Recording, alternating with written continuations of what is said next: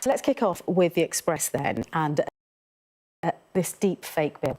This is a really interesting private member's bill that's been proposed by Baroness Owen of Alderley Edge. Very young Baroness, got into the Lords at 28 after being Boris Johnson's special advisor, and she makes the really good point that we cannot ignore the absolute outrage and scandal of the fact that all it takes to create a 60-second clip of extremely graphic pornography is a single still image, a single clear still image of anyone. So anyone can grab an image of anyone else, they can take it or they can take it off the internet and generate pornographic footage from it. And she is proposing that instead of simply sharing images being illegal, which it already is under the Online Safety Act, creating them and soliciting them is also illegal. By soliciting, she means someone who tries to generate the imagery or tries to work with other people to generate the imagery. And she points out that the onus has to be on everyone involved, but the moral bankruptcy of many of these stakeholders, the companies, the platforms, who are making money from all of the clicks and the eyeballs, they can't be relied upon because they've already shown that they don't care at all about the victims of these crimes. It's a very interesting topic. I think it's absolutely crucial. However, ministers in the Commons have said that they themselves want to bring in a bill around this because actually there's a lot of political unity around it. So at the moment it's a Lords versus Commons issue, but I'm so glad that we're talking about it and this is now in the mainstream. It should not be a source of shame for the victims. We should be out there talking about how outrageous it is. Yeah, there was a clip of a couple of Sky News presenters, not on this level, but promoting, including myself, an investment scheme, and it was from, I don't know, like you say, it was 2 seconds of ripping an image, my voice, and that clip was then on Facebook, and a friend notified me and said, hey, this is there, and it was taken down really quickly. But what's quite interesting and potentially quite terrifying is that they don't really need very much to make a fully fledged 30-second video. And I think, I mean, this is also, we're talking about sort of extreme pornography here, but also, obviously, when it comes to politics, being able to mimic politicians' video clips of their voices and being able to say things that they've never said or do things that they've never said, but actually, how can you tell? Now, at the moment, it's reasonably easy to do so with the right technology, but not everybody has access to it. That's only going to increase, and actually, as the race towards ever more powerful AI increases, it's not only going to be harder to detect and easier to do these things, but really hard, I think, to legislate against these sorts of things. So that's a good thing that this is being pushed forward, because honestly, I kind of thought that this was already illegal. I'm surprised that it's not illegal to do this. But how it is that with the resources they have, that the police are able to monitor this and go after it, this is going to be very difficult, I think, going forward. Yeah.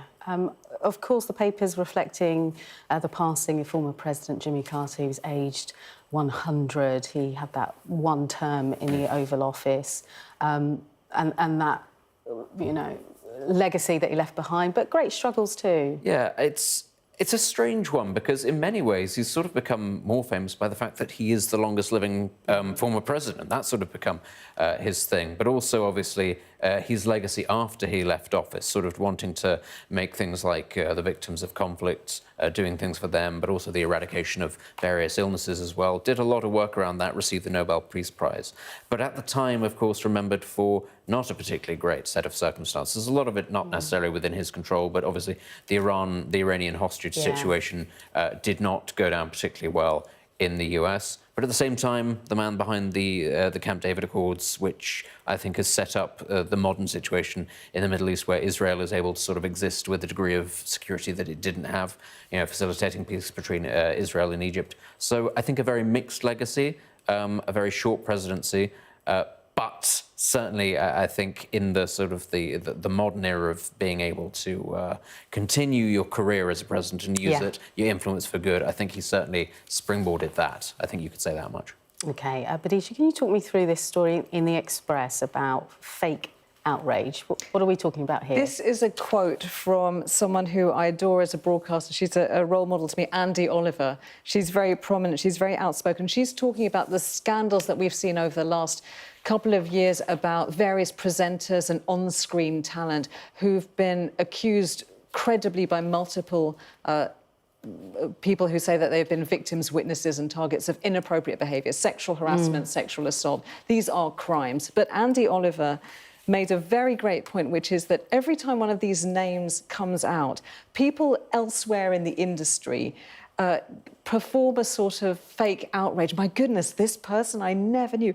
I have to say that every single person I was warned about at the very beginning of my career, when I encountered them, they behaved exactly as I was warned about, and like everybody else. It's not that I kept the secret, but you're so powerless. Each individual is so powerless. And what Andy Oliver is saying is that we all need to combine together to create a different culture so that this kind of thing isn't normalised, abuses of power aren't normalised, bad behaviour, by which we mean criminal activity, is not simply passed off as being this is what they do, because they don't all do that. So the perpetrators are choosing to do it, and they're relying on the wider system. So I think 3 cheers to her for standing up and saying that we need a bit less of the kind of, oh my goodness, I had no idea, and a bit more change. We're going to move on to the Daily Star next, and no words really, just a picture.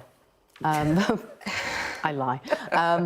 So, but cold weather on the way. In winter. Yes, of all in times. winter. Who would It's shocking. believe? And it's something to do with Vladimir Putin and a snowman and fish and chips and a seagull.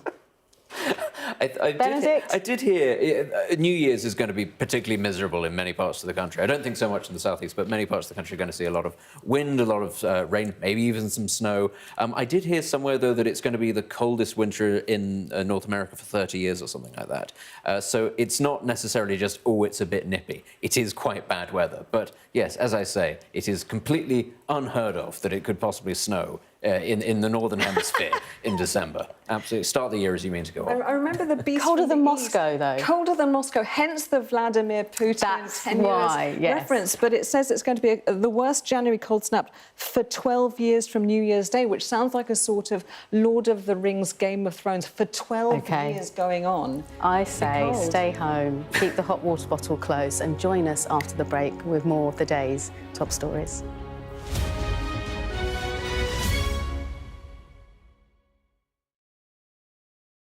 There's always more to the news than a